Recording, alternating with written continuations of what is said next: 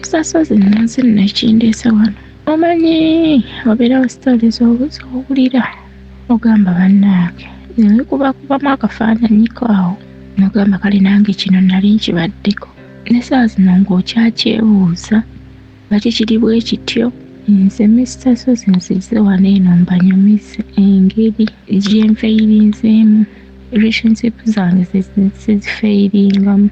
Sijjagenda nnyo mu byabuto cause by'obuto nze bwe mpulira neno omuntu anyumya emboozi ng'atandikira agamba yali abitegeera okuva nga ku myaka 3 awo nsinga okutiira abantu.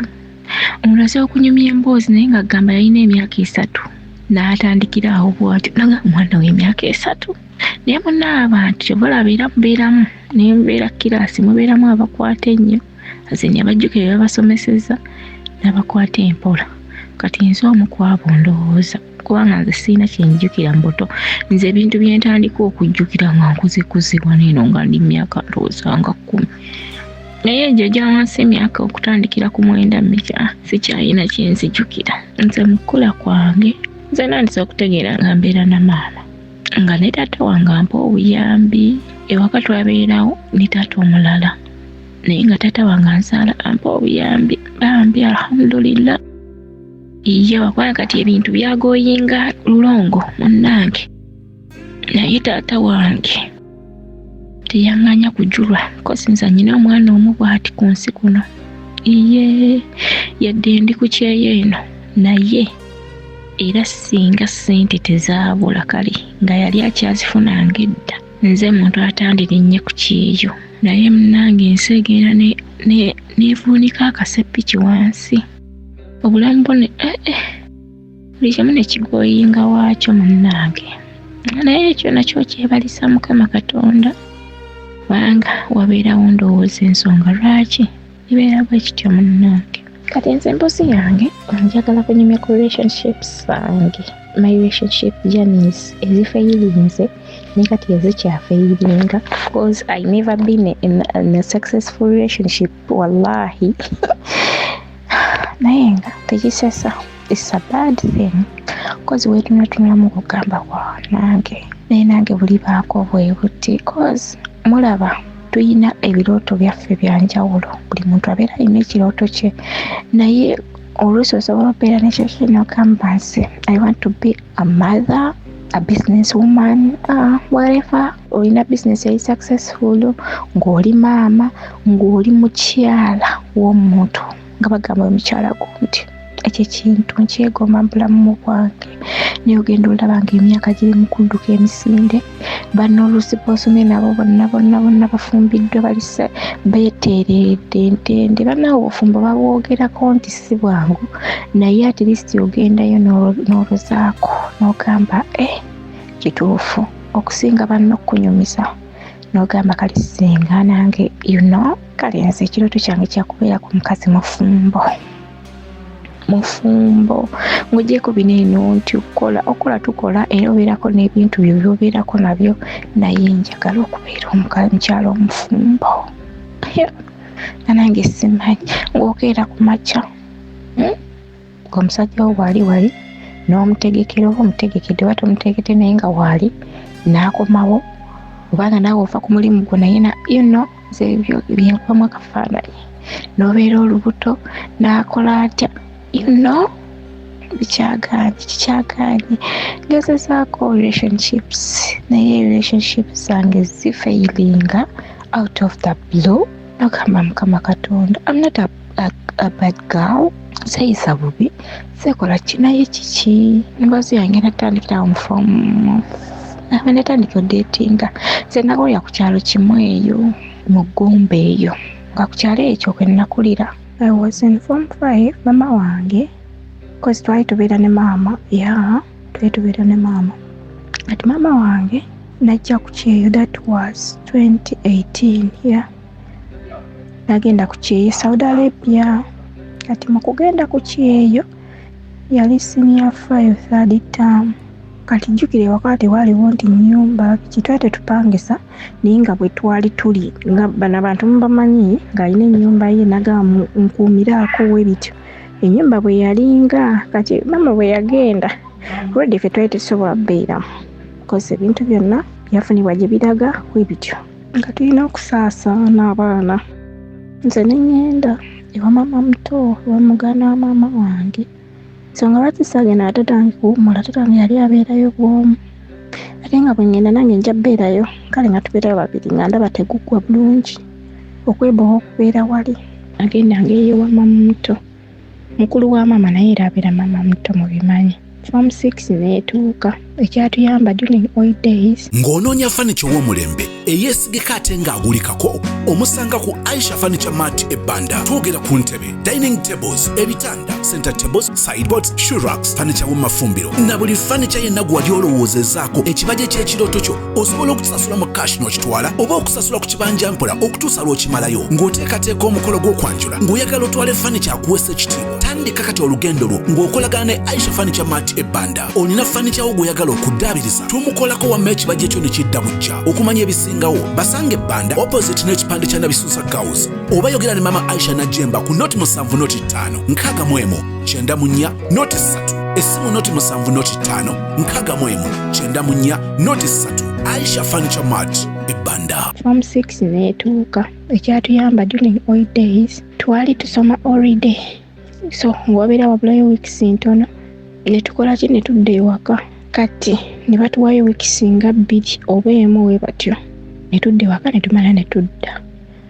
So kati awo mu bbanga eryo lye baatuwanga okuwummulirangamu sinagamba era sijja genda wa taata neefuna ewa mukwano gwa maama naye ewaabwe bamunfuna ewaabwe kubanga oyo omuwala yali abeera ku lujjaawo kati munaye nembeerawo kati awo nonambuusawo ngenze mu third term eya second term eya senior 6 year kibannange twali tumaze okusoma oluwummula tukomyeyo waka kati nga nze ntuukiddeko awo kozi baali batuwadde ebbanga ttono ngende nno ne ssente wa taata nshopinga ebintu nzire ku ssomero timunange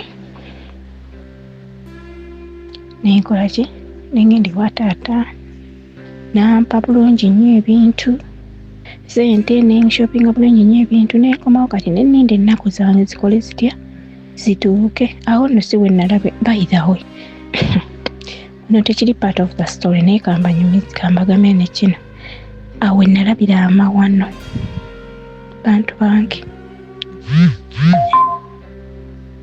nagenda kati mweyo period gamba sikanveyo wali ku story mweyo period mweri bbanga waliwo omukolo awo naye nga teguli waka wennyini muganda w'omukyalo oyo yalina omukolo netugenda ku mukolo ogwo ekino ekintu mbadde sikinyumizangako na muntu yenna munnange netwagenda kwogwo omukolo waliwo omuvubuka nga yakwana dda nga womanyi kuva eyo nga mu P5 naye nga nze simuliiko simukola kinga ndaba teguggwa abeera alina obuviiriviiri obwekiyaayeyaye nga simwagala byalaavu naye nga akunyumya biki tunyumya nga tugenda ku kasiki mwemanyi bino ebyasimanya waliyo akasiki omukolo gyeguli wabeerayo obusiki mbeera ntudde mu katebe that guy ng'ajja nga nkoonako ngamba biki nga tunyumya olwagira nangamba nneeyo twafiiriddwa njagala kola ki njagala genda mu bafiirwa gye ngenda okusula konze okay bye kwejanga omperekere konze nze nsule mu bafiirwa tekisoboka genda yalina piki nibanange sitaani yona yalina ettima kati omuvubuka abeera agenda ggwereyo bantu bange nga nyimuka mu katebe nga mpita omuvubuka nga mugamba gundi jangu kanzije nkuwerekereko munnaye nga tugenda mu kugenda tutuuka eyo obudde nga bubeera nga buzibira ddala kati ng'enkuba ebeera nga egenda otonya nga mugamba negwe nzizaayo enkuba egenda ttonya sirina sweta sirina ki empewo ng'empiseemu nga okay kati munnange nga ntuula ku piki nga nvuga bolo twayita mu kasenyi tutuuka mu kasenyi mu makkati waliyo ennyumba zebaali mu kuzimbazimba ebifulukafuluka nga bibimanyi omuvubuka nga ayimiriza piki nga masooka oveeko ng'avaako gamba kamala okgenda okweyamba asini ayagala kweyamba kufukaye n'agenda. Omuvubuka yayingira mu kizimbe nga mulaba bwenti. Omuvubuka n'alwa mu kizimbe negamba omuntu oyo yagenze kweyambira mu nnyumba y'abandi wagwani. Bada omuvubuka n'alwayo. Omuvubuka n'ampulira ebyenda binneetokota oba kiri kunzenzeka nze mbeera mu mpewo ebyenda bye byetokota. Mpulira nfa nentambula bulungi naye nga mpulira obulumi empewo. Negenda ne mugamba waayi omulenzi oyo amuyita Jordan.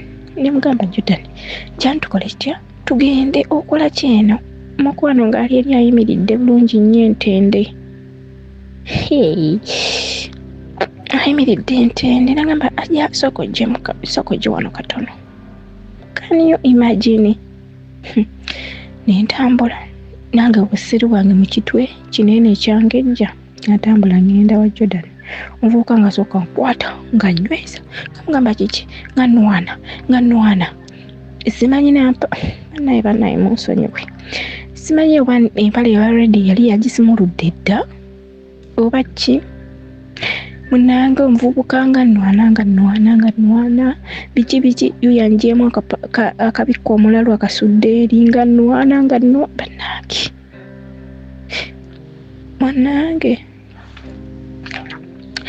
ne mugamba naye kino kyokola kye bayita batya yogera nange bulungi ekintu kikolebwe bulungi baddiya nga ntidde mukuwano nze Nankya Beatrice okuva mu Dembere Properties and Associates. Kale ngenda baguza ploti okutandikira ddala ku miliyoni meka mbaguze n'ettaka mbaguze ebyapa okutandikira ddala ku miliyoni 10 ate nga tukkiriza installment. Tuyina estate yaffe empya abe wakiso kwe bayita wakiso kona tubaleetedde estate yaffe 5 ku 10 byapa. Tewaliwo ndagaano, tewaliwo 5 ku 5, tandikira ku 5 ku 10. Oli wadde mbogama njagala ploti 2, njagala 3, njagala ploti 4. Soko bandagire ku view. Sagala ate neighborhood ate teri bantu okujjako nga gwe toyagala abantu baabo. View mugiraba oli bulungi oli kasozi. Mwabagamba njagala view, njagala nga nnengera ekyalo kyonna. Amasomero wegali, amazzi wegali, amasannyalaze. Oyagala kuteeka wano kalinaayo. Oyagala kuteeka wano nnyumba z'abapangisa apartments. Office affe ziri awo Mengo opposite Apollo Kagwa ku Nayiga Sibyandala Plaza. Tubeerawo okuva Monday paka Friday. Mukuwano mukwali okugaira nti katukikole munange omuvubuka nga wona laba omusajja ewe nkyogere ntya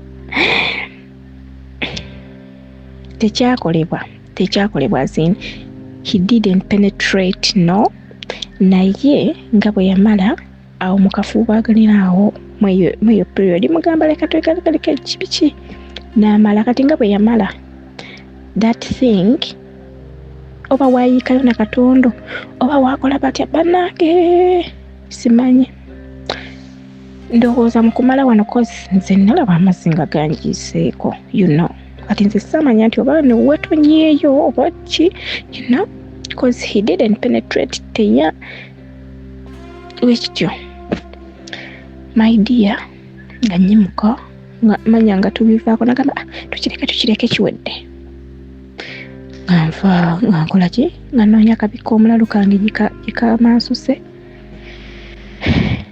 akakwata akakapale saakambala nakambala saakaza ku mubiri nakanyuga kakanyuge nenesimulako waniino amazzi ge bwe gaali gatonye kozi oyo muvubuka tetwegadanga aziini okwegadanga tekwaliwo naye nga yamala mukitegedde kati obuzizi bwe bwali bungiiseyiiseeko wano bwe bati ku mubiri nkwakata akapale nga neesimulako akazuumya ng'agamba nsonyiwa biki nawe nnumize ebbanga ddene nze nkwagala biki nemugamba nninda nze uno kati ndi mu form 6 tubuleyo myezi bwe zitukole tutya tumalirize okusoma koye kale kulinze baddiya nga omuvubuka nze andeeta nga tubeerawo emikolo nga giggwa bwe gyaggwa nga tubeerawo nakyopinzedde ebintu byange embula y'ennaku ntonotono nzire ku ssomero. Baddiya wali nga nange nga lwaki saayimukawo olubuto nze embuzi eyange wanjogere nti embuzi nze embuzi eyange layika yavaako banzigyamu lubuto kambabuulire koza omusajja seegadangako naye seekola ki naye nafuna olubuto. By the way bantu mmwe wabeerayo omuntu ng'ali faatayiro nti the moment akantu we kamukonyamu ne kaba katonda bwe kati abeera mwana. So nakola ki nga tuvaayo ku mikolo biki nga mbeerawo awo wiiki eyo ennaku olwo zitambula. Wiiki ebyo ebeeranga eggwaako kati naatera okudda ku ssomero olwo nosimanyi nti nabuukawo wali n'olubuto nno. Bantu bange naawe we baatuleka wennyini we baatuleka kati nze nali ne bakamudiro ne muganda wange omuto tubeera twebase eyo. Kati ebyolubuto eri sitole ngivuddeko kati nzira wano wendi awo we baatuleka. Kati munnange tubeera twebase mu ddiiro awo nga mpulira oluyombo kiro matumbi kwa budde nga mpulira oluyombo yerere nga bayomba omukazi n'omusajja. Nze ne ngamba byabafumbo bye bamanyi bayombya byabwe yerere n'agamba kyova olaba oyagala ne gundi nga takubawo linnya lyange kyova olaba oyagala ne gundi waneno saakutega obukopo nze bunaku nkutega obukopo muwaalimu nsanga obukopo bugudde which means otambula n'ogenda ne weegatta n'oyo omuwala. Nze nategeera dda nabalaba dda abala abakazi tulina ennaku bw'onnyika muli bw'onnyululamu ng'ojja onnyika mu nze banaye ebyo ebigambo mpulira ne kati bimpuumira mu matu. I was like neesirika kubanga obudde bwali bwa kiro. Kati munnange obudde ne bukya olutalo nno lwagendera ddala mu maaso bantu bange. Nze ne ngamba kangende ku ssomero kozi lwali lwa Sande ng'era lwero lwennyini olunaku lwennyini okudda ku ssomero. Munnange ne bagamba togenda tulina wano olukiiko lwe tuyagala otutuulamu. Bantu bange baatuusa mu lukiiko ne bangamba oba njagala omusajja.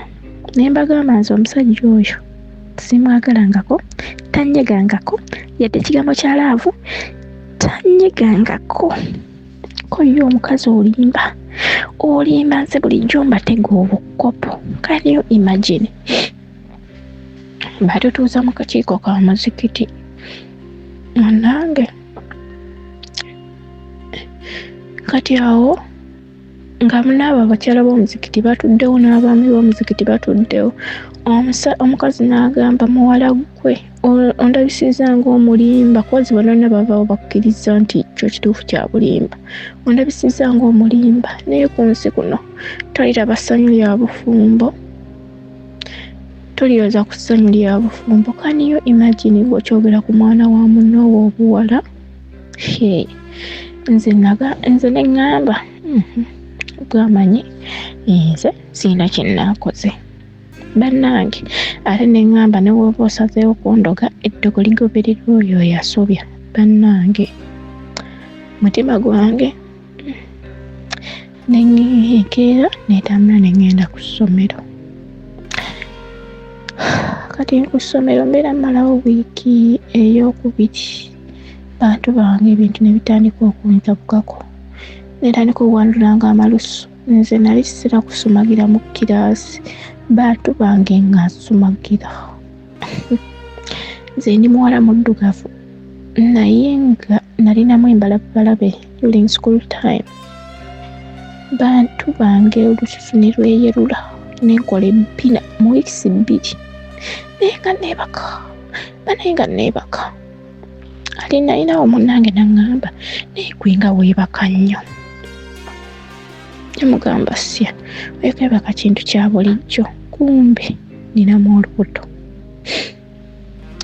Bantu bange mbeera neebase nga wonna bakabooti ku lubuto nga mpulira nga akayinja akali wansi w'ekkundi.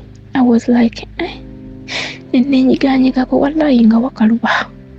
Negamba ekikiggwe nentumya omwana wadde tesita nga neekebera baddiya nga ndi lubuto luli lwennyini, okumanya lwali lubuto lwennyini bulayini bwakwata obubiri. Natya nagamba eki olubuto nenkubira n'omulenzi biki nemugamba, nagamba nze nange bulijjo nkirowoozaako nengamba ndabika nakuwa olubuto biki kubanga wali mwana muto biki. Nengamba wandabirawo nga ndi mwana muto gwe atamanya nti oba ndi virgin oba siri virgin mutima gwange. Nagamba kati yagala tukole tutya, tuluggyemu oba tulusibe. Maama wange asobola oddusiba netubeera nga lukulira mu mabeere novayo ku ssomero kuluwanika tovayo ku ssomero n'alussa.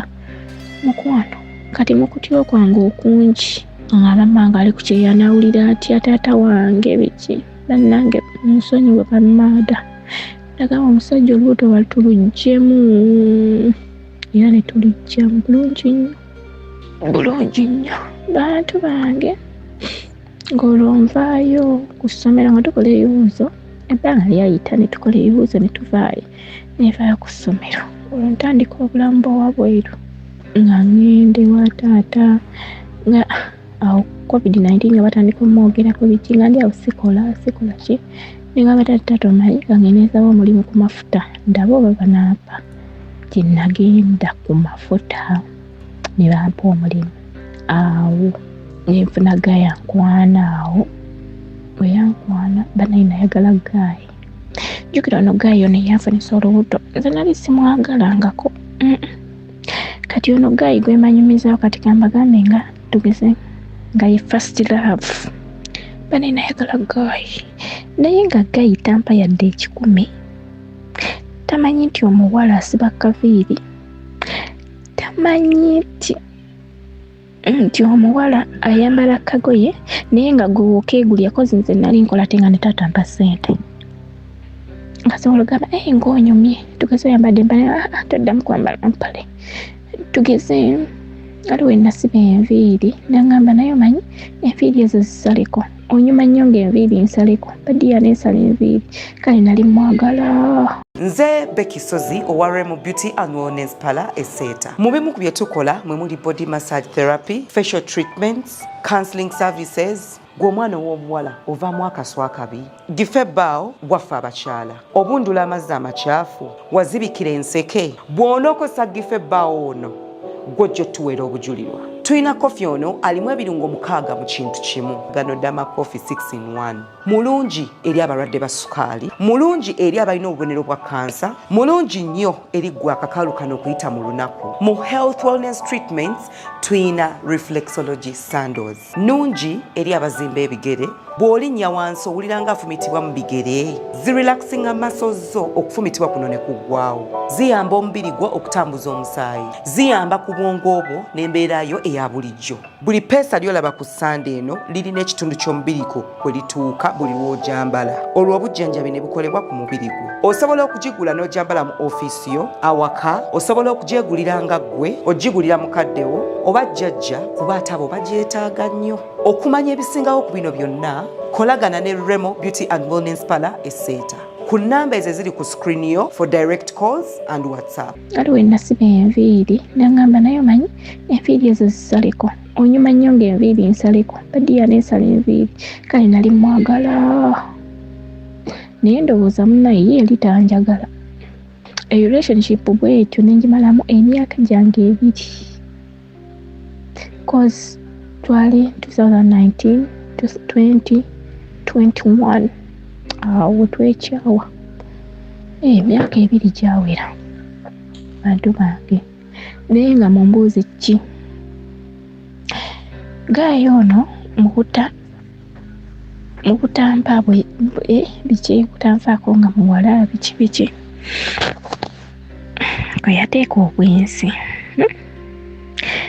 namusanga that was 2021. Mwezi gwali gwa 12 nazo mwezi zaali 18 sana zeerabira namusonga namukubiranga amasomo nemwaye gundi oli wa biki nangamba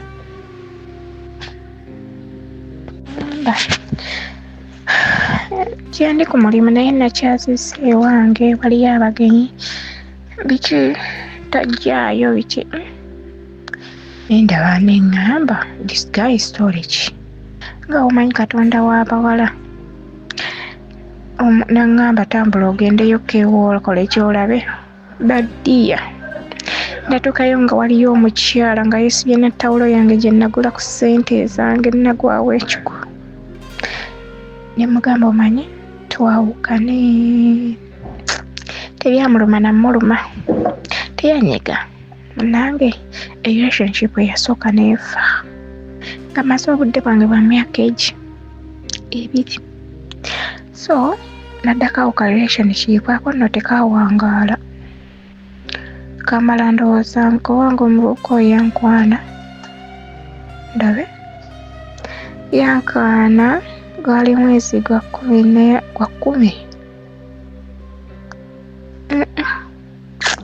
buli ano bweŋŋamba ogw'ekumi yali January 2022 nitubeerawo January February awo mu February nibanage omusajja natandika complaininga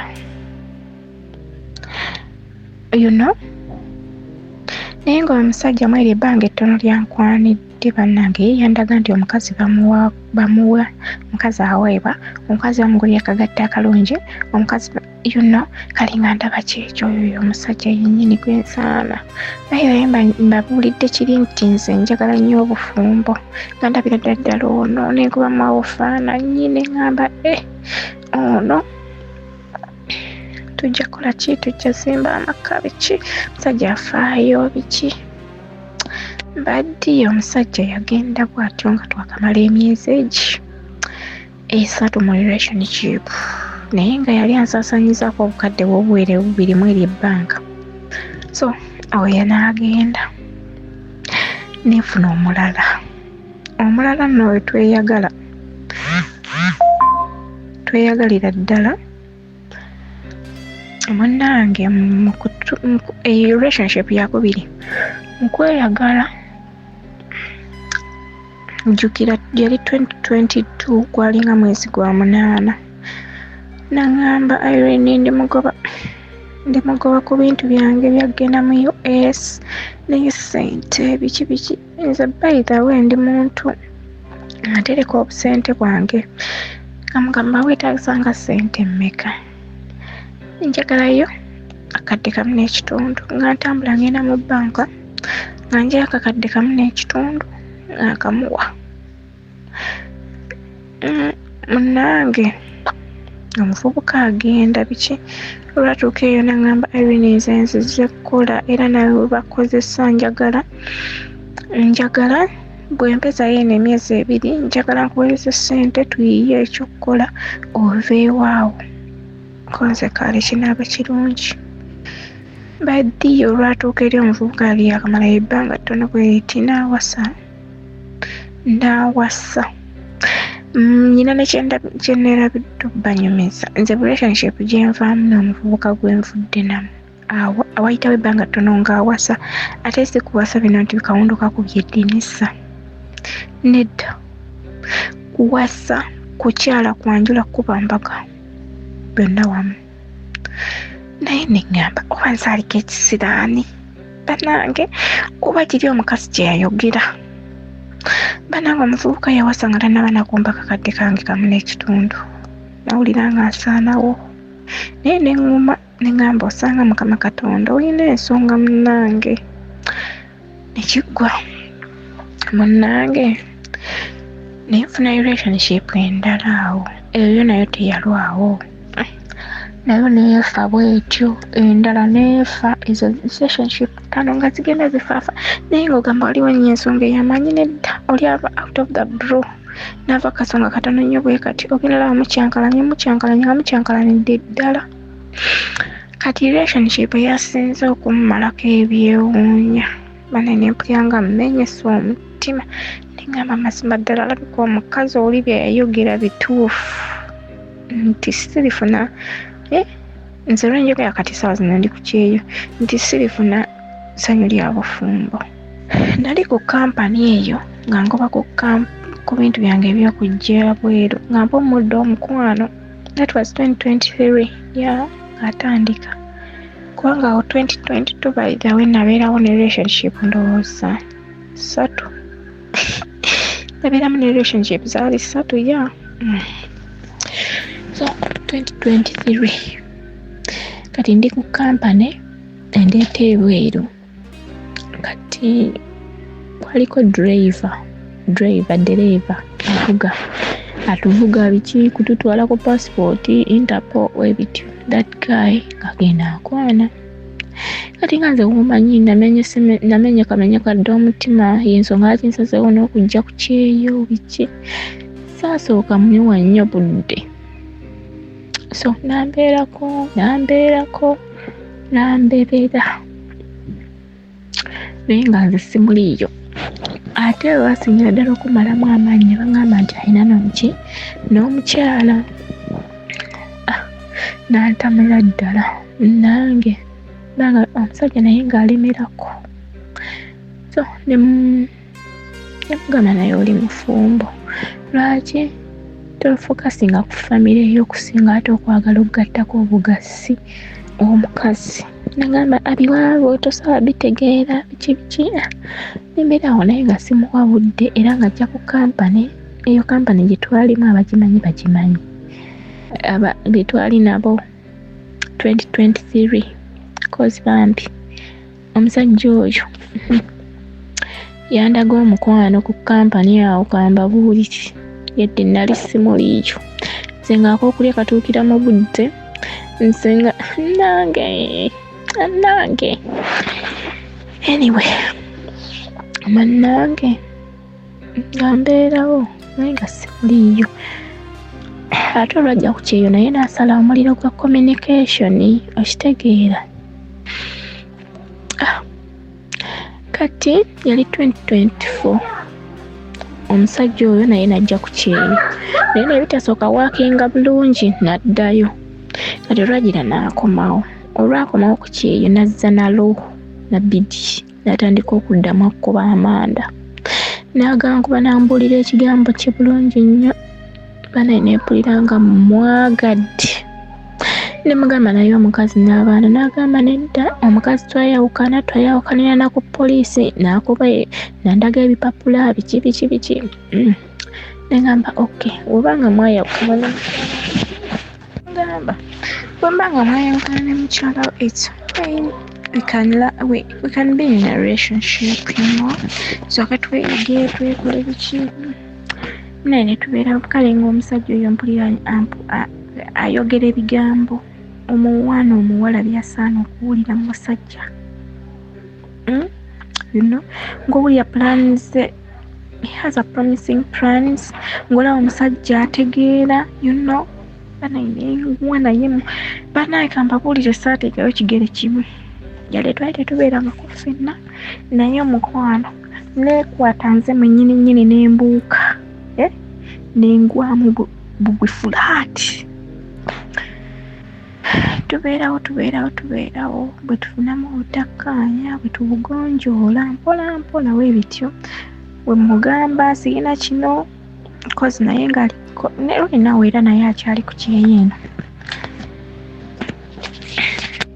nemugamba sirina data naateerako airtime sirina kino n'akuweereza ebintu ebifaanagana weebityo kale ng'olaba omusajja yeeye banaye nempulira ddala nga yeye n'abaali bankwanakwana bennina nze ndi muwala agaba level sigaba kale level naye nkugamba wemba sikwagala nkugambirawo nti sikusiimye bannange simanyi oba kibi ekyo ekintu naye gwe sitakagamba yabeera omukyamu bantu bange ambeerawo n'omuvubuka oyo kati munnange jjuusi wano relationship kaffe nga katambula bulungi nga kawoomerera nze nali nkairya my sweet relationship kalinga mpulira ddala omuvubuka mpulisa bulungi iba naye nga nkubira kubiza essimu nempulira ng'omwoyo gugenze gali December omwaka guno oguwedde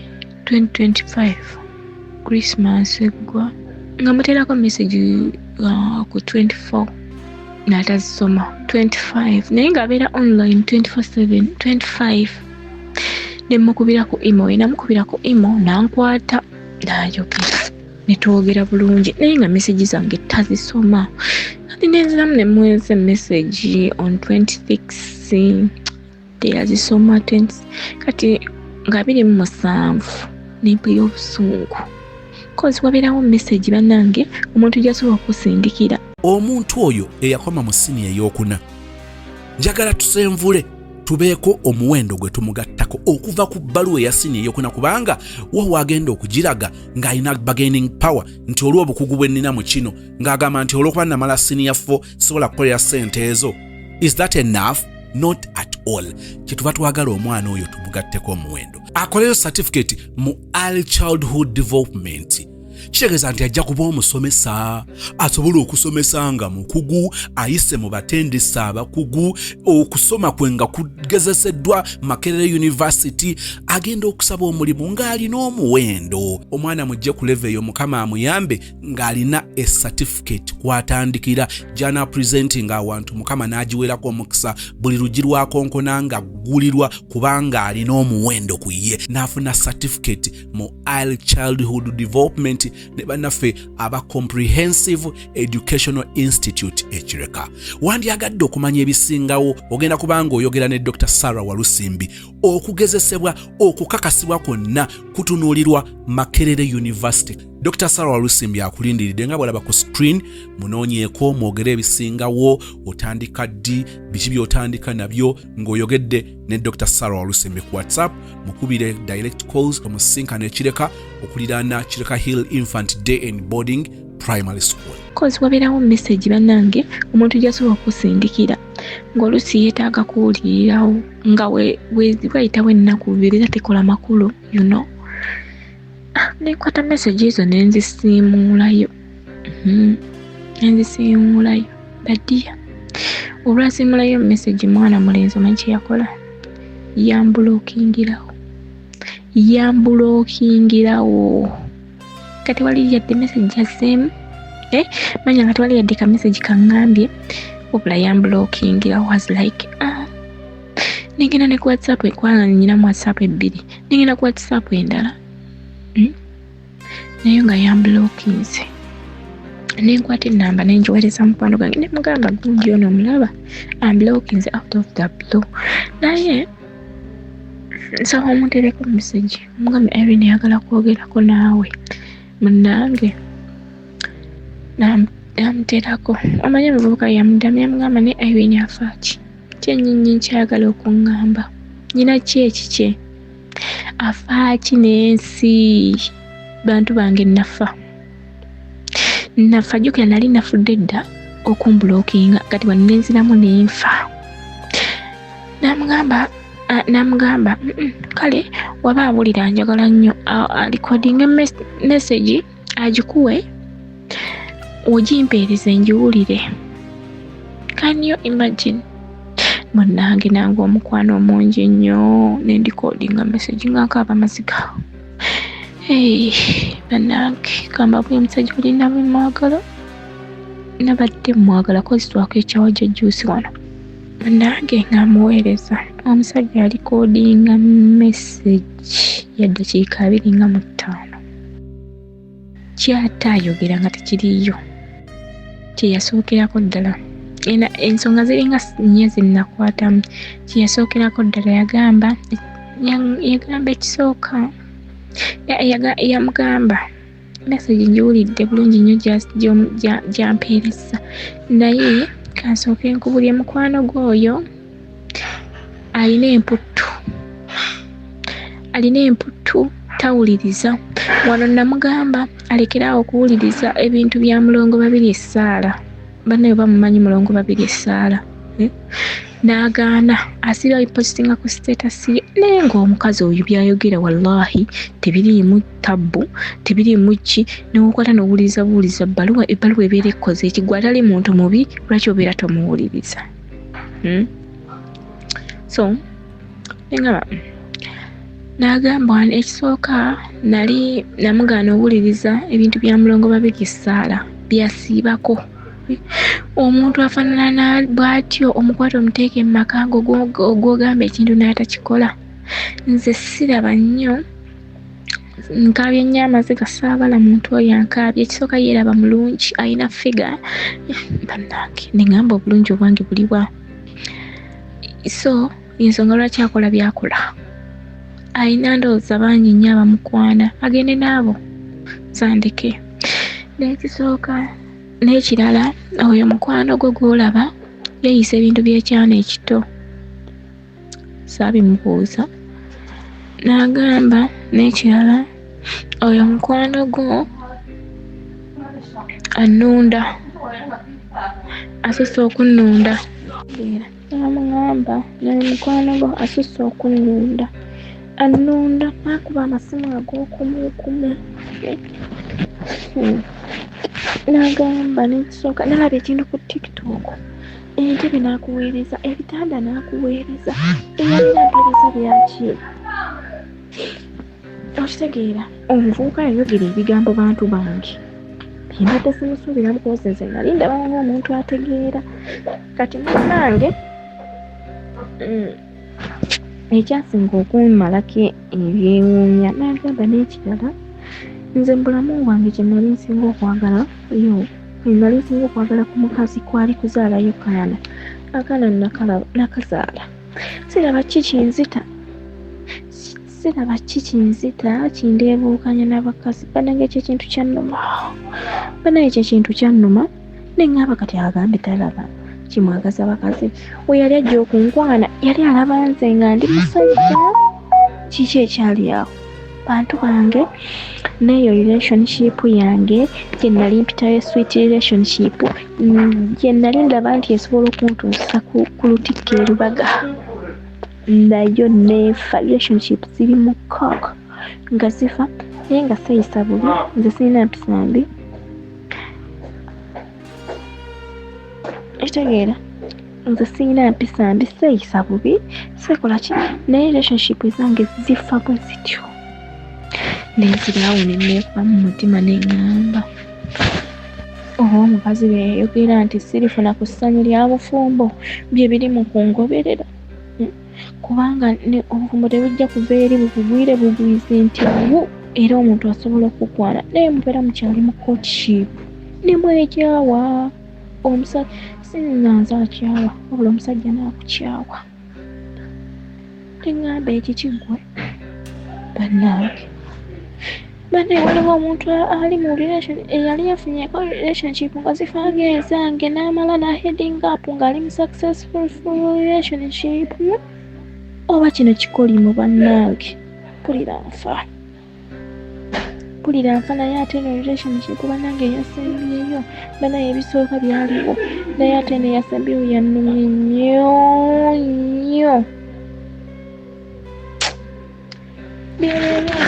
fasitoza mukwano simanyi nakyo ojja kwogerawo simanyi oba n'engeri gyenyumizaamu sitooli eno y'engeri gyenyina oginyumyamu naye ebyange byebyo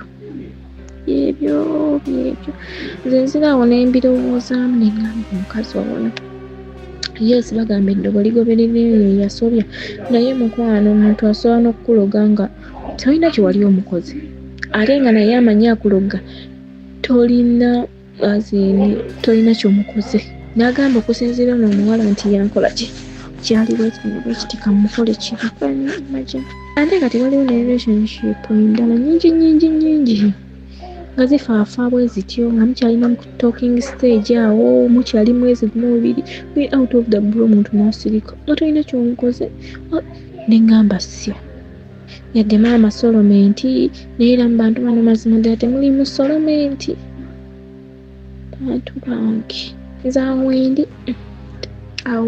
naye nga mukama abankuumire abatuwa story zammwe bambi mwongere tuweere ddala story. Ng'oggyeko olumu obusungu obusooka okutukulembera oba oliawo olumu obutuviirako okusalawo okwesonyiwa abantu be tuba tuli nabo mu mukwano relationship eyo nogamba newankubadde maama n'otandika okuyingizaawo ensonga ezitali zimu yo mental health matters osalawo tofugibwa tomanyiirwa tojogebwa n'ebiringa ebyo.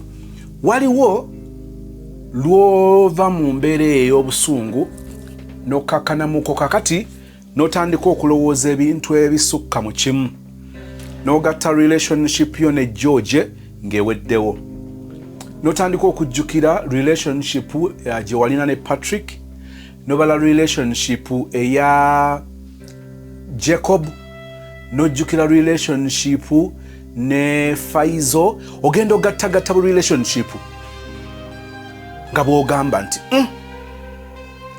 yes newankubadde nali nnyiize naye sibanga ndiko ekisiraani sibanga ndiko ekipali wait a minute relationship yagundi neggwawo ogenda okubala mu bbanga lya myaka nga 3-4-5 ng'obalawo bu relationships 10 kati ebisa ebisinga ngambye nti ng'omaze okuva mu mbeera eri ey'obusungu oluusi relationship guwa gi endinze ayinza oba nga munno gw'oyagala ye yakomeza relationship eyo n'osooka obeeramu n'okwejaaka muli n'ogamba namuwonye n'oteekayo bu status n'otuula mu busawundi ng'ogamba nti wayiga n'okubaawo obw'omwate n'otofa naye oluvannyuma otandika okwebuuza ebibuuzo oyinza okujjukirayo ebigambo olumu ebyali bikugambiddwa maama we yakugamba nti embazuulu eyo kansubire nti onoobeera simanyi nti onoobeera muddya n'otuulayo kweza embeera zo waliwo obugambo waliwo ebintu ebimu ebitandika okukujjira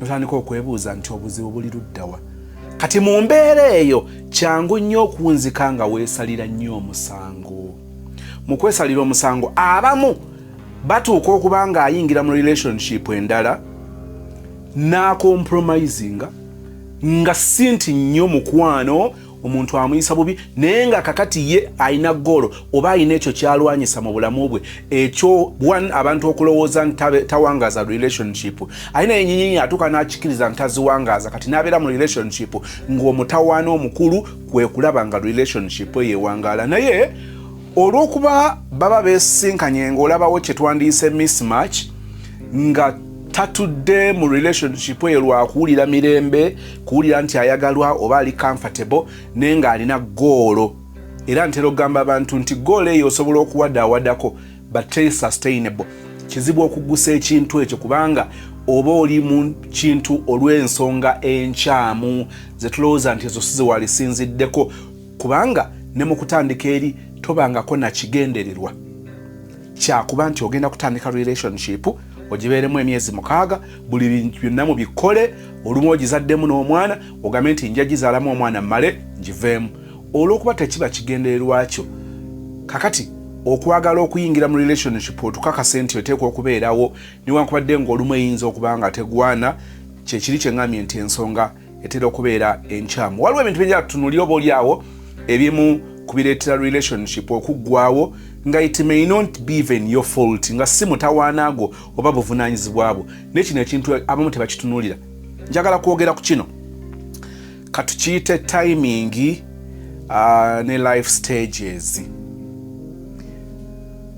wali osisinkanyeeko obulamu bw'omusajja eyayagala okuwasa naye ng'olaba newankubadde kyayogera kirungi ng'alabika ng'akyogeredde mu budde obukyamu priorities zo mu biseera ebyo could be kwali kusoma could be wali wakatandika emirimu gyo oli owulira ng'okyali muto kakati stage y'obulamu obwo oba timing ne stage ey'obulamu obwo byali bikontana noono kye yali akuyingizaamu ekyokusetolinga okuzaalamu omwana oba abaana kakati abamu balowooza bwe baba bawala omutawaana balowooza nti ekyo kiyinza banga kikola makulu ku ludda lwabwe naye njagala ogenderere nnyo mu byobadde omanyi ne kino okigatteko weekenneenyenga nnyo twalanga omutawaana okutegeera omulenzi wo obanga otuuse mu bulamu bwe mu budde obutuufu obwa stage ey'obulamu bwe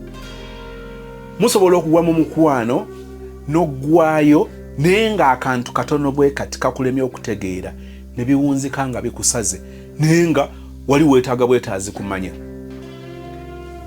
Oli agenda n'agamba nti sozi obeera n'omusajja ne mwagalana emyezi 6 mwaka gumu 235 obeera waakaawukana naye wayita emyezi 6 ogenda okuwulira nga kawagga yayanjulwa kawagga yakola embaga n'ogamba nti yiyi. In actual sense ogenda obigatta nga sente engeri gye wamuzimbamu akakabanga oba ebbanga ero li wamuzimba ng'olinga yali ateekerateekera omukazi omulala era ogenda okuwulira nti omusajja kati yawasa balina n'omwana n'owulira obusungu n'otandika okujjukira embuto zo 3 4 5 6 omulenzi oyo y'omu ze yakuggisaamu. Kyekyo wewulira ng'omuntu abula okufa stress, omuntu ng'awulira ayagala aloge, omuntu ng'awulira ayagala kugamba afune ekyamagero Katonda amuweyo omukisa gwe mwamuwa obuyinza bungi bwe guba mukolo ajje n'amala akusanga nga reception baagitadde awali swimming pool ng'awulira ayagala gy'atomera abagole omulundi gumu abagole omulundi gumu keeki byonna bigwe mu mazzi. Nga bwabigatta laba tebikola sense. Njogera ku kye tuyita timing o life stages. Omulenzi oyinza okubanga ebiseera wamwagalira kw'okwagala yali akulina nga akwagala naye njala okutegeeza okwagala kw'abalenzi abamu n'okusalawo okusetulinga byanjawulo nga naawe bwe kiyinza okubeera ekyenjawulo mu bulamu bwo gw'omwana ow'obuwala. Kakati olumu ojja genda obuuza omulenzi nze no saagala byakumalira budde era nze njagala ombuulire olina nteekateeka ki. Njala kutegeeza nti oyinza okubanga wabigudde nga weekubye ka make-up. Ennaku zino twali tulowooza nti abanyirira babeera bagole. Osanga abantu abali ku mikolo oyita ku muntu mu takisi ogenda mu banka n'olyoka otunuulira omwana ow'obuwala mu banka engeri gy'anyiriramu nga mugole ng'ogamba nti yasoose kuyita make-up artist we n'ajja amukolako emikolo era ne weebuuza nti ekintu ekyo bw'akikola akikola buli lunaku. Kakati musaasire n'abaana ab'obulenzi. Omwana ow'obulenzi ayinza okubanga omulamu wagwe mulala nnyo bw'alowooza ebiseera bye eby'omu maaso ayagala akalimu akanyweze asevinge kasente afunewo kasaidi haso oba afunyeyo akapoloti oba akazimbyeko kwegamba agenda okuwasa ogamba nti kati akkalidde mu kye bayita eddyoba okukola famire nga era waali weewo bannanga aba atambula n'asanga ekyana ekiwala nga kibigula ate ennaku zino baana ab'obuwala mu bwiguza fujjo ogenda okukakana omusajja wattu abadde agenda ku yeekaalu okusisinkana Mukama.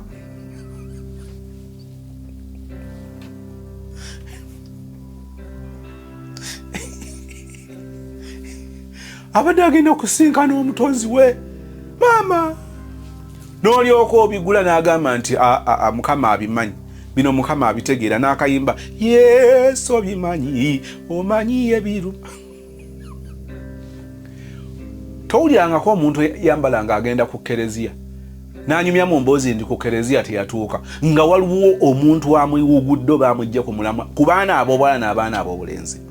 Kakati ekirenze kino wakikubye oyogera bulungi engeri gye weepresentingamu oli wakatawi. Kakati okukakkana nga kiwuguse naye okuwuguka kwakyo tekigenda kukubikkula mu maaso go. Era bw'onoomubuuza enteekateeka mu maaso z'alina kyajja okukola kiri eki. Enteekateeka z'omu maaso amazima amatuufu azirina mu myaka 5 azirina mu myaka 10 naye zo weeziri asisensike n'azisembeza byonna byakugambye bituufu. Akulimbyeko ekintu eki timing ebintu ebyo abirina mu myaka 10 myaka 5 bwakusise ate agenda n'anyumyamu naawe n'omugamba sosoka ombulire oteekateeka kusetolinga ddi n'atandika n'agamba well okusetolinga I am ready naye okusobola kusetolinga nga ndi nzekka. So n'omuntu gwe nsinkana mu bulamu bwange aditamininga nnyo okusalawo kwange okwenteekateeka zange ez'omu maaso kubanga omuntu oyo akola ekitundu kinene mu kutambuza enteekateeka ezo. So nandyagadde okubuuza nti omukwano oli mweteefuteefu okunjagala? Nze tonnaba kuddamu kibuuzo nakubuuzizza olina nteekateeka ki? Mukwano enteekateeka ze nnina yeggwe. Oyo mwana bakubye layini twalinda omulenzi ono enteekateeka za nlina yenze.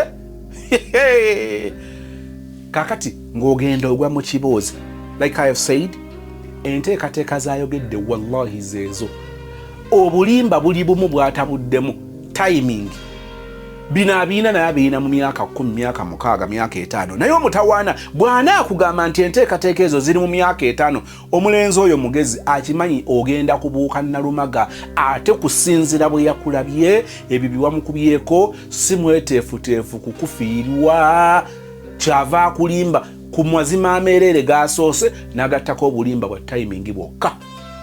Kakati kukiri kye twagambye nti omulenzi oyo mumala okwawukana kwa system byagedde agambye nti ekisinga okumwewunyisa abalenzi bonna kumpi buli ayawukana naye agenda okuwulira ng'akoze emikolo ng'awasizza mukazi ye ebiseera ebisinga leka kulowooza nti kati gwe basindiikiriza n'obaleetera okusalawo nedda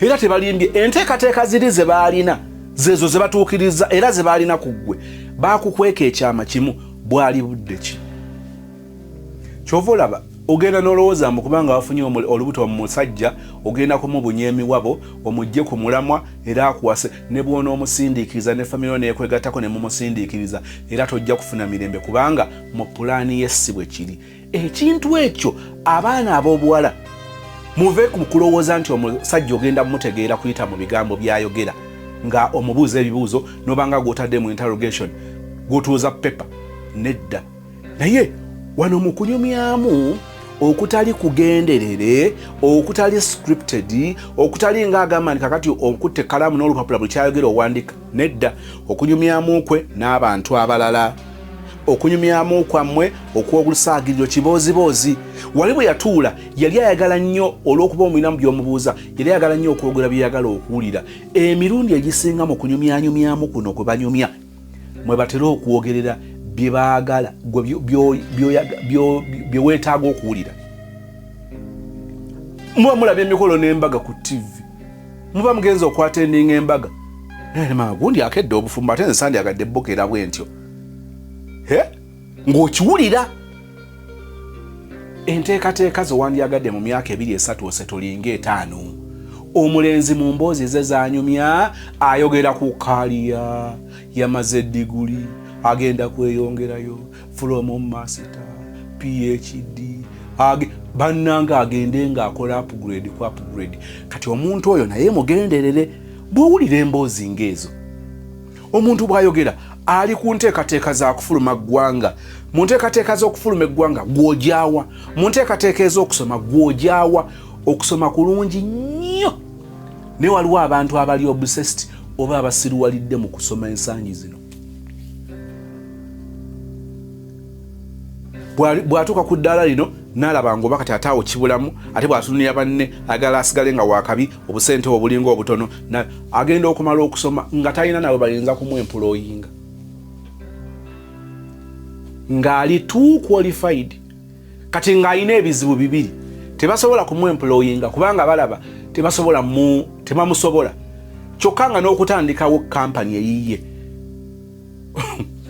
olwo nalwo lulinga lutalo lw'abakomboozi kakati n'abeera awo kakati munnanga otuuka okufumbirwa omuntu ng'oyo olumu ayinza okukukalubiriza mu ngeri gy'oyinza obutafumiitiriza naye nze njagala kukulaga kiri ekya timing ne stages ez'obulamu kakati omulenzi bw'abanga asazeewo okulemera ku kiri ekikye mukimanyi nti abalenzi tusobola okubeera awo ne ŋŋamba nti kakati alina mu abawala mubirina n'ogamba ekiwala kino kintuddemu ekiwala kino enteekateeka yange namutayiika okutambula nakyo twalina contract yali ya myezi 6 ate contract eyo yali emanyiddwa ye ng'omulenzi siggwe yakulaga nti ye waali ku kidde obulamu bwammwe bwonna naye ng'amazima amatuufu wano nga pulaani y'emyezi 6 kati emyezi 6 giggwako tobadde kiwala kibiibi bikiri awo olya pate mu banne munnanga ate bw'okola ogw'okwoza bannange bw'ogendeewo omulenzi okuuta ebintu buli muntu ajjawo agamba nti nkubuulire kawagga bw'olemwa nalumaga ogendanga kuwangatto kubanga omuwala akugogodde abantu bakulaba ogenda ku mulimu eri abaana ab'obuwala ng'oluusi bambi tugeze abeera kabalagala omulenzi abeera nsambya oba bbunga kakati omwana w'obuwala ng'akeera kale tugambe agenda okuva ewomulenzi ku Sande akawungeezi oba Monday ku makya ng'engoye zonna ez'okwambala wiiki eyo omulenzi amwana w'obuwala amaze ozitegeka kale n'agenda akutegekera ne juice n'amanya nti juice ono asobola okutambuzaako ennaku 3-4 oba 2 kati juice ono tayagala abeere nga ate alwamukko ayagala okanywe nga kali fresh newankubadde kaba ka mu fridge agamba nti nze omulenzi wange saagala kubanga anywa juice amaze ennaku 3-4-5 mu fridge nedda buli luvannyuma lwa nnaku 2 najja n'akola juice bagenda okukulengera ku mulimu ssebo buli lw'ovaayo boto yange eri wali buli ogenda okuva ewaka ogenda ku mulimu bwoti bannange olina boto y'akacaayi waliwo eya juice oluusi olinamu bu fruits ku mulimu buli omu ng'agamba bannange naye y'omulenzi ekiruubirirwa kye timing si yeyo y'okusetolinga era munnange kakati agenda okulaba nga omera omulenzi oyo gy'omugendere ebiseera ebisinga atandika okuba nga ali interested nnyo mu kumanya obanga wagenze mu June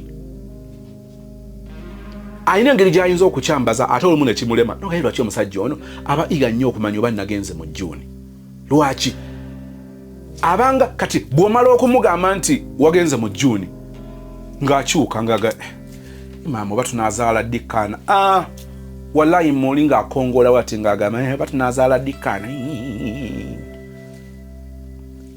kakati agenda okulaba olumu olemezzaamu obuyisa owatendinza emikolo gyewaabwe bannange oziika ate mukama n'agenda akuyamba ng'olinamu ku busente bannange bw'ojja n'owa maama amabugo n'okwata ekyekumi n'okiwaayo mu famire bakumanyi owuliddeyo omulwadde n'omukubira bannange muura baŋŋambye oli mulwadde nkwerezaayo ekyetaano kikubeemu bebi nja kujja nkulabeko buli wa famire yandyagadde oba oliawo omuwala bw'atyo kati ate ekyo kisi kyekyokka n'obanga n'empisa mw'oli omulenzi ng'akyakalambidde ŋŋambye nti okukyusa tayimingi y'omulenzi mu abaana ab'obuwala mwetega embuto ne mwagala abasajja mu bakako okubawasa naye mbabuulira okwo konna kuba kwokya naye okukyusa omulenzi tayimingi yetwayogeddeko eri ennyanga okukyusa ku musajja kwe kuba nga omukubye n'asalawo abeere naawe naye kiri asigala akinywezezza akanti ono kansenvuzeeko busenvuza naye omulamu akusetolinga ku myaka 3 kati omusinkanya ali myaka 26 pulaani ye yeetannakyuka gozze kumuwerekerako obuwerekezi paka pulaani ye bwekusangawo nga wooli awo tulyogerawo olulala pulaani ye okusanga nga wooli kati omulenzi oyo agenda okulaba nga omeze be balenzi n'akunoonyako ensobi egi olunaku olwo n'ogamba wait a minute tusisenkanya ebintu ebirabika ng'ebizitozito mu relationship eno so this guy is finally making up his mind to end this relationship basing on calling me and finding me talking to another person for over 5 minutes or 10 minutes kati ogenda okuddamu okukubira omulenzi omunnyonnyola munange abadde maama n'atandika okwekaza ani gw'omanyiira olimbaani maama mbadde mwogera ku kiki ekyo obadde omanyi kyenkugamba muwala gwo n'obeera muwala muzibu bannange n'azimbya ensonga n'akayekandaga ogenda okaka n'akubulookinze oba agoyinze mute buli okyogera nga gangumidde kati nebiri ebirala byabate alinga ataafaako ate ng'alinga abifaako nebyali tebimulya nnyo n'abittusa kumba anoonya okuzimbya keesi afune oluwenda waakulekera oba onfuna kakati bino byonna byebimu kubikuleetera okubanga ova mu relationship emu nodda mu relationship endala n'ogenda mu relationship eyokusatu n'owunzika nga relationship ziweze 10 nga bonna tebakutwala naye mu bbanga ery'emyaka 2-3 ogenda okuwuliza ng'abalenzi bonna abaakuyitamu nga bonna bafumbo wenga toli ekimu ku byakulema okubala yali timing ngambye abantu bano balina bye boogera ne balina bye balaga okwogera n'okulaga byanjawulo kyangu okwogera byagala gw'owulire so nga ate mu kulaga alaga ebituufu ebyo byennyini byali kale nno osisinkana omuntu n'olowooza nti onoomalako naye oba oli awo n'ocompromisinga n'ofuba okulaba nga relationship ebeerawo naye neekuva mu ngalo ebintu ebyo mulekeraawo okulowooza nti always gwe buzibu. Waliwo okusisinkana abantu nga buli muntu gw'osisinkanye si mutuufu ku ggwe, nja kuwa ekyokulabirako. Bw'onookola okunoonyereza, omuntu anoonyeza omwana w'essomero ajja kubanga ku nkomerero bw'omubuuza nti essomero lino ly'olabye ly'osoose okulambula, ajja gamba no, n'akalambula amasomero 5 lino libadde lya 6, n'atandika okubuulira amasomero gali birungi byago bye gaalina n'ebibi, naye nga yalina ebibi olwedde ye nga ye byatunuulira. Abantu abalambula amataka, bibuuze Madaamu Dembelyo, oli ajja kulambula plots oba mmeka nga ntwalako kule Masaka, n'amutwala, kati ntwalako kule Mityana, n'amutwala Bujuko, n'amutwala Ejjeza, n'amukwasa Hoima Road, n'alambula Wakiso, n'alambula Kachiri, n'alambula Busunju, n'awunzika ng'ate poloti gyaguze ate erimaya. Ne relationships nga naye bwe wali ogenda okubanga ofuna ennyumba eyo mwopangisa, sikiwa nti bulooka yakulambuza ennyumba emu, sikiwa. Actually wano wenjagala okuwunzikira nga bw'otegedde ekyo, njagala kukutegeeza ebigambo bino. 1, babulooka bano boolaba mu kukulambuza nabo batuuka ne bakoowa ne balabika nga abakozesebwa ennyo.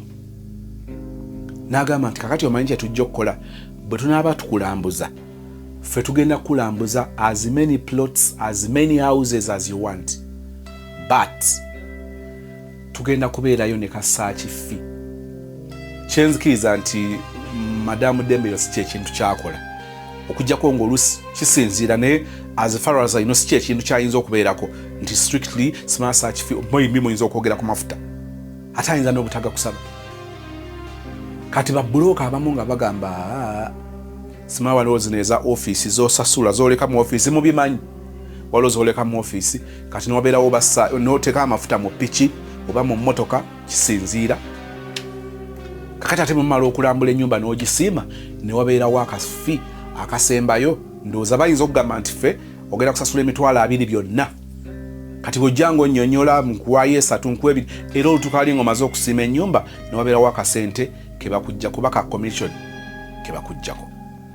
Abaana ab'obuwala kyekiseera mubeerera enkola eno bweti, olw'okuba abalenzi bajja kujja mu bulamu bwo nga banoonya abawala ab'okusetulinga nabo.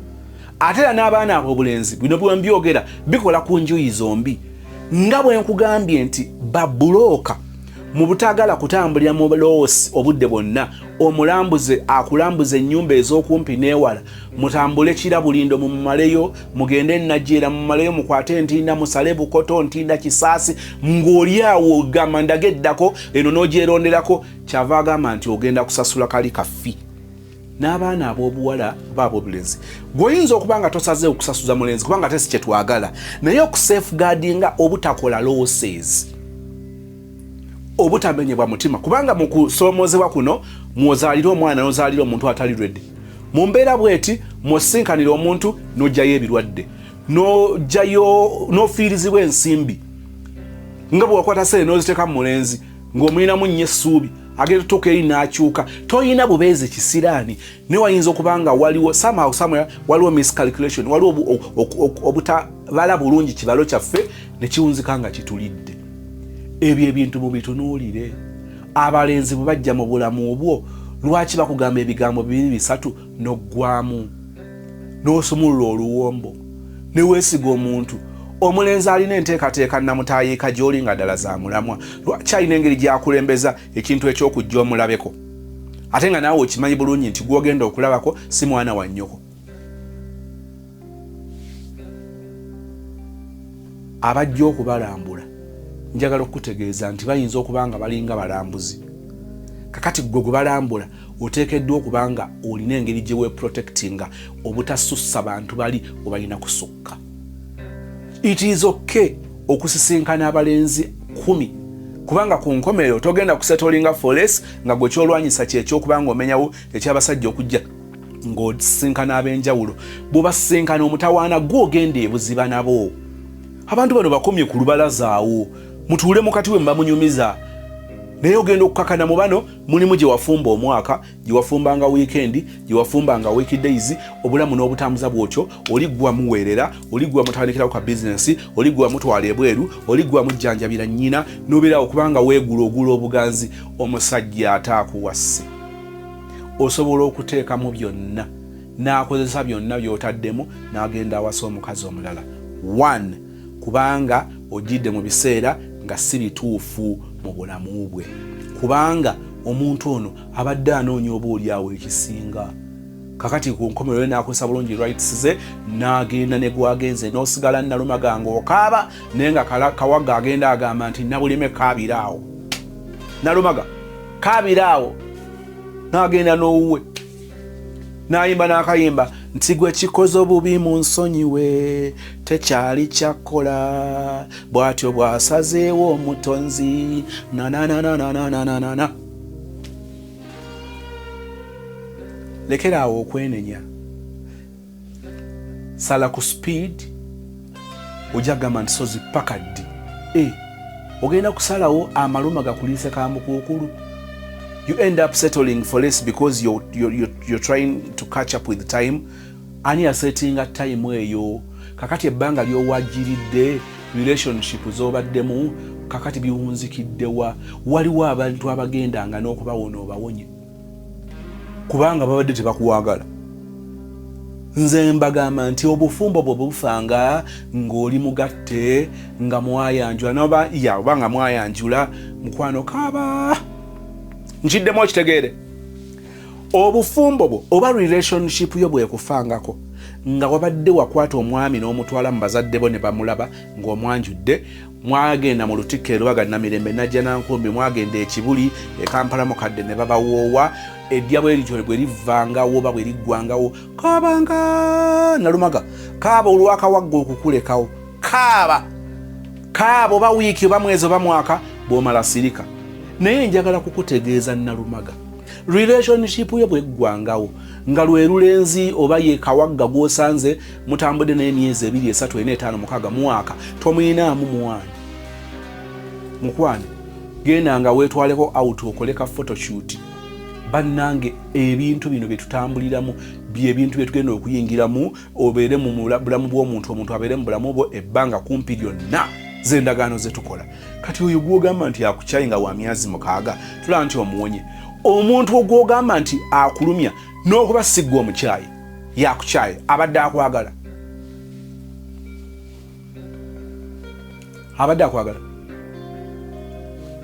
Oba statement eno ekola sense gy'oli njiddemu. Okaaba olw'omulenzi akukyayi. Omulenzi oyo badde omulinamu essuubi. Nenjala kutegeeza nti omulenzi oyo abadde takwagala, ate ebibadde birabwako n'ebikwatikako ebikakasa nti abadde takwagala bibadde weebiri ne kubanga gubadde laavu wagwamu ngwe ate nga laavu tuyingira nyingire. Omuntu singa abadde akwagala yali badde waawo, oyo takwagala. Kakati kirabo ki ekisinga okuba ekyamaanyi kyoyagala Katonda akuwe? Kyamagero ki kyonoonya? Abantu waliwo ebyamagero ebituyitako bwe tuti ne tugenda nga tuwanuuza ebyamagero bye tutamanyiko mutwe n'amagulu. Katonda akuwadde ekyamagero, omusajja oyo akukyaye, obadde olowooza nti watuuka mu ggulu emukono, obadde olowooza watuuka ekiteredde, oli ku kyalo mpummudde, munnange wafuna muwummuza. Njagala kukutegeeza nti omuntu oyo abadde takwagala, ne ku nkomero ya byonna ekikakasiza nti takwagala yakuleseewo. Bw'oba okaabakaabira budde bwo n'obusente bwo bw'alidde ne gudiizo ze yali alyako, naye kkiriza nti oyo omuwonye kubanga abadde takwagala, ate si ggwe ozudde bwino, ye yakakasizza n'ateekamu stamp bw'ati nti takwagala, n'atambula n'agenda. Muyige okukaabira abantu abagwana, abatagwana mu balabe bulabi. Ogende weetwaleko ku Javas, olye ku chicken wings, bismuthi byeyiweemu, weetwaleko mu sauna, gendako mu kuwuga, gendako mu motoka z'empaka nga weekulisa eddimu eddene. Katonda liya kukoledde okukuwa ekyamagero ekinene bwe kityo. Omulenzi oyo n'ava mu bulamu bwo, takwagala kubanga yakuleseewo n'agenda. Akwagala aba talina gy'alaga. Tusisinkane mu show eddako. Thank you so much for watching. Nze Becky Sozi owa Remo Beauty and Wellness Parlour Esseeta. Mu bimu ku bye tukola mwe muli body massage therapy, facial treatments, counseling services. Gw'omwana ow'obuwala ovaamu akaswa akabi, gife ebbaawo waffe abakyala, obundula amazzi amakyafu, wazibikira enseke, bw'onookosa gife ebbaawo ono gw'ojja otuweera obujulirwa. Tulina kofi ono alimu ebirungo 6 mu kintu kimu. Gano Dama Coffee 6 in 1.